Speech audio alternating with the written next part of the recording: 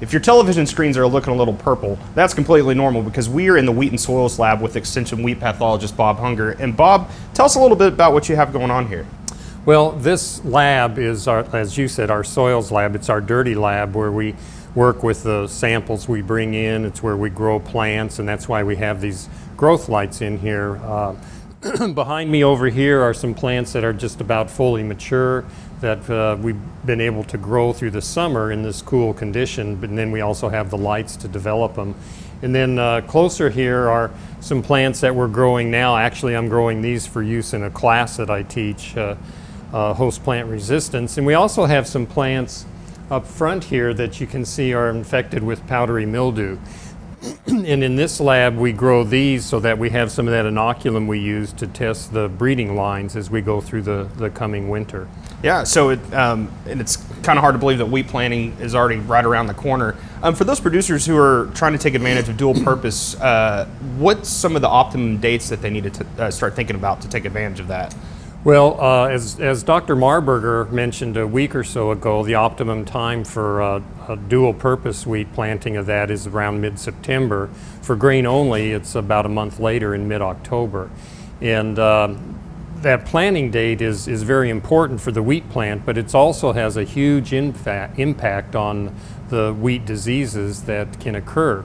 That earlier planting date allows there to be much more time for diseases to infect the plants, but if you have that month or 6 weeks longer period of time, it's much more likely that you'll get that infection. So how about the rainfall? Some parts of the state have seen a lot of rainfall, and some parts of the state haven't really seen that much. How does rainfall factor in with wheat disease and with those early planting dates? Well, it affects it by affecting the planting date. Most producers won't plant until they have the soil moisture to support the plants, and of course they're going to have the soil moisture now once it dries out well enough that they can get into the field. So that soil moisture will be there. Then they tend to get antsy and want to get the wheat planted, and so then you tend to have an earlier planting date. And there's some measures that producers can take to kind of minimize the effect in regards to the seed, right? Sure. Not so much with the wheat streak mosaic virus and those mite transmitted viruses, but the planting date, like I say, leaves, if you plant later, that leaves a much shorter time for those infections to occur. And that can also affect the root rots a little bit too, that planting date.